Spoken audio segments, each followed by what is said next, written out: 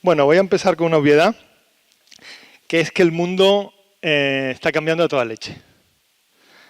¿Vale? Y cuando me salió la vena de consultor preparando ayer, decir, bueno, voy a traer unas gráficas como las empresas sube, cambia en 50 años, las empresas líderes necesitan 50 años para salir del top tal, y luego y dije, a ver, Javier, bueno, por supuesto, cuando me di cuenta que ensayando que ya iba por el minuto 25, dije, aquí hay que cortar, y además, ¿para cortar para qué? Para algo que está clarísimo, el mundo está cambiando a toda leche. Y a mí lo que realmente me interesa no es que esté cambiando a toda leche, sino el impacto que esto va a tener en nuestras carreras profesionales, en el mundo laboral y en nuestros empleos. Y el impacto va a ser descomunal. Ya lo está haciendo, pero es que va a ser descomunal. Yo aquí afirmo, y seguro que si me equivoco me equivocaré poco, que en un horizonte de 5 o 10 años ninguna profesión, y habrá unas pocas excepciones, no va a sufrir un cambio brutal que nos obligue a todos, a los que son de esa profesión, a adaptarse, o directamente son profesiones que van a desaparecer. Algunos ejemplos. Empleados de call center, contables, auxiliares administrativos. Hay una tecnología que, si no está madura, ya está en un momento muy cercano a la madurez, que es la automatización del puesto de trabajo. Esos puestos de trabajo peligran. Oficios también muy glamurosos de toda la época. Hay consenso también entre todos los analistas que son oficios en vía de desaparición. Y hablo, por ejemplo, de los pilotos.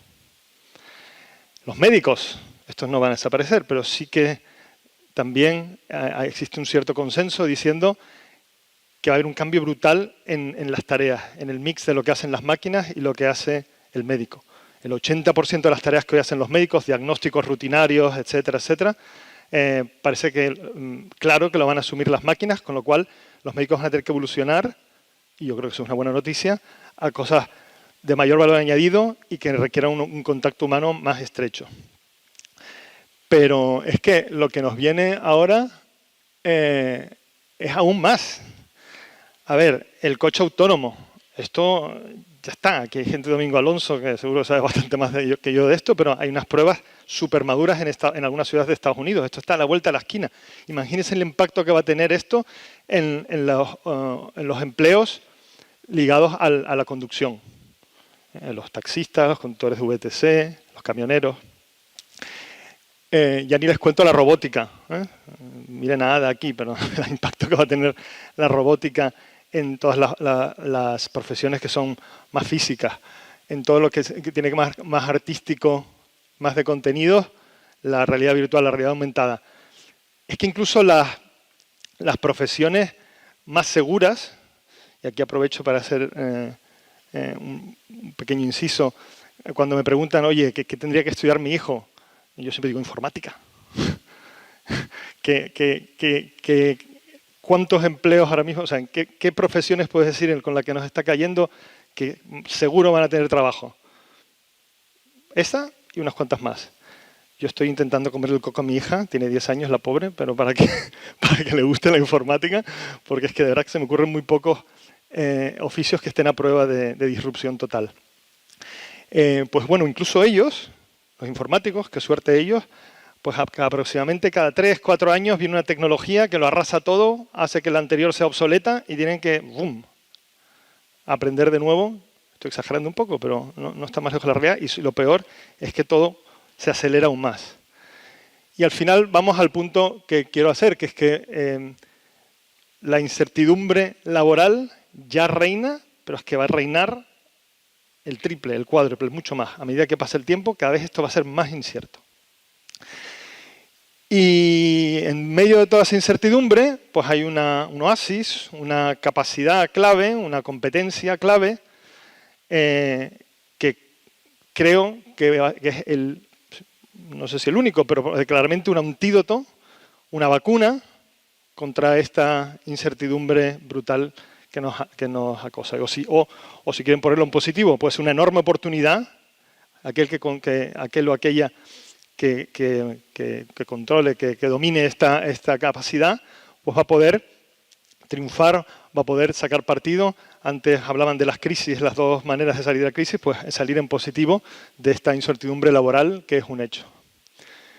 Y llego pues al título, que creo que es la tercera vez, curiosamente, en las ponencias que lo mencionan: desaprender para poder aprender. Esa es la competencia clave: aprender rápido, saber adaptarse, saber en poco tiempo poder reinventarse y absorber conocimiento y capacidades. A ver, yo no soy ni pedagogo, ni científico, ni tampoco es particularmente ducho en ciencias cognitivas, ni nada de eso. Yo no voy por ahí. Yo quiero simplemente atacar este tema desde el punto de vista de las carreras, carreras profesionales, desde el punto de vista laboral. Y para eso sí que me siento medianamente legitimado. Supongo que la organización también ha pensado lo mismo, si no, no sé muy bien lo que hago aquí. ¿Y por qué? Porque ya son casi 30 años de carrera profesional en dos denominadores comunes. Uno es la tecnología y otro la consultoría estratégica. Y son ambos dos, creo, sitios donde esto de aprender y ir a toda leche y exigirte un aprendizaje continuo y muy rápido, esos son denominadores comunes. Y para eso, lo mejor casi es ilustrarlo con una anécdota real que me pasó a mí. Yo estaba en la época de manager, que bueno, para el mundo de la consultoría es cuando ya empiezas a gestionar equipos de 3, 4 personas, ¿no? Es ya una responsabilidad fuerte porque eres la persona, digamos, más senior que está full time en el equipo, luego ya por encima tienes los socios y tal. Y bueno, yo acabo de terminar mi proyecto, estaba en Madrid tan tranquilo, pues disfrutando y esperando que me asignaran un nuevo proyecto. Y vale, me llama un socio, me llama a su despacho. Y bueno, todas estas conversaciones siempre eran igual, ¿no? Decir, oh Javier, tengo un proyecto para ti maravilloso que te encaja en tu carrera y tal. Bueno, todas eran iguales, les ahorro todo esto, pero esto era un miércoles más o menos y me dijo, Javier, el proyecto, te vas a ir a Arabia Saudí, a Riad, el lunes que viene, porque vamos a hacer un proyecto de transformación del sector público. Yo nunca había hecho un proyecto de sector público. Imagínense, Arabia Saudí, se me ocurren pocos países cuyo sector público sea más diferente a lo que conocemos en Europa Occidental, con lo cual ni siquiera podía tirar de sentido común. Y era un miércoles y para el lunes tenía que ir a una reunión de kick-off con el cliente y que el cliente tenía que quedar meridianamente tranquilo de que tenía un equipo capaz, que iba a controlar y que iba a añadir valor. Yo creo que pánico es una palabra que define un poquito lo que yo sentí en aquellos momentos. Vale, ok, he elegido probablemente el ejemplo más extremo de mi carrera. Ok, lo reconozco. Pero cualquiera que haya vivido esto era bastante normal, ¿vale? No tan extremo como esto, ok.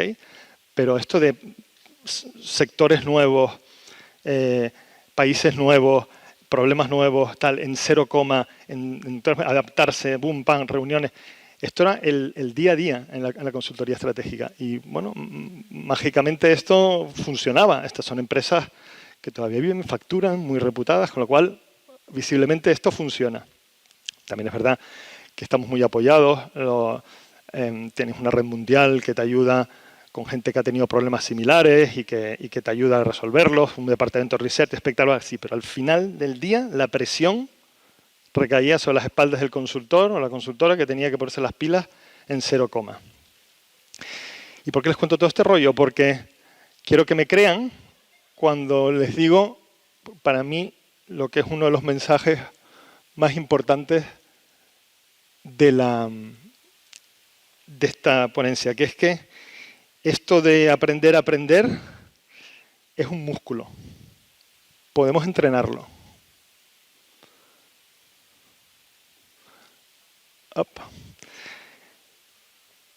Por supuesto que el talento tiene mucho que ver, obviamente, ¿vale? Hay gente que aprende a mayor velocidad, hay gente que tiene dotes innatas para aprender y para absorber conocimiento, por supuesto, pero ¿en qué parte, en qué ámbito de la vida eso no es verdad? Yo, en la vida, voy a poder correr una maratón en 3 horas. Por si alguien tiene alguna duda. En la vida, ¿vale? Y eso lo tengo clarísimo. No tengo ese talento, ni lo tenía cuando era un poquito más delgado. Pero sí que sé, otra cosa es que quiera hacerlo, pero sí que sé que si me pongo y entreno, y todos los días chimpún, chimpán, pues bajaré de mis patéticas, no sé ni siquiera en cuánto tiempo puedo correr una maratón, pero vamos a decir 6 horas, pues seré capaz de bajar quizás a 4, no lo sé. Pues en esto es igual. Esto lo he visto no solo en consultores, lo he visto en clientes, lo he visto en todos lados. Es un músculo que se puede entrenar y es fundamental que lo entrenemos por lo que he dicho antes.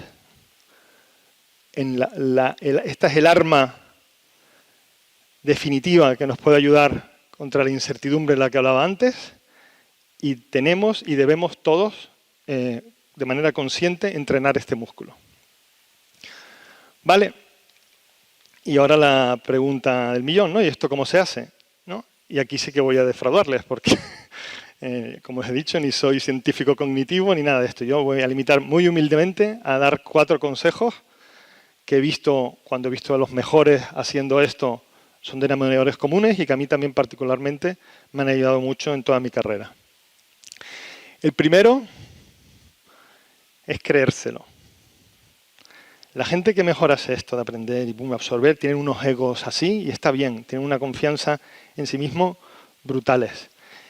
Yo aquí sí que me lo preparé un pelín viendo webs de pedagogía y de temas cognitivos y tal, y ahí hay, o sea, no es que consenso, había unanimidad entre profesores y tal, diciendo que la confianza en sí mismo, creo que, bueno, una maravillosa ponencia que puso de la chica americana, decían qué importante era que los alumnos tuvieran confianza en sí mismos. Pues bueno, qué bien, me va a dar una pista maravillosa, ¿no? Pues sí, hay que creérselo, y es fundamental. Y algunos de ustedes pensarán, vale, majete, Javi, ¡guau! Cojonudo, ¿no? Tienes que creer en ti mismo para aprender. ¡Guau! ¡Qué gran mensaje! ¿Vale? Pues me vuelvo a remitir al ejemplo de la maratón. Si yo todos los días me pongo un reto un poquito más difícil, no sé, en pulsaciones, en correr, en distancia recorrida, etcétera, etcétera, estoy convencido de que llegará un momento, ¿no? que vea que vaya progresando, etcétera, etcétera, y diré, coño, pues a lo mejor soy capaz de correr una maratón. Pues esto es igual. Si nos ponemos retos alcanzables, cada vez mayores, etcétera, etcétera, pues a lo mejor vamos creando la confianza en nosotros mismos que requerimos para esto. El siguiente elemento es la rigidez mental. También creo que lo han dicho antes. La verdad es que está genial ser uno de los últimos porque estás reforzando ideas que han dicho antes. Por desgracia, todos cuando tenemos una cierta edad nos empezamos a instalar en el no es posible, no me lo creo, esto no va, etcétera. Y esto es terrible. Tampoco les voy a decir nada del otro mundo cuando les diga que para aprender hace falta curiosidad e ilusión. Y esto también tiene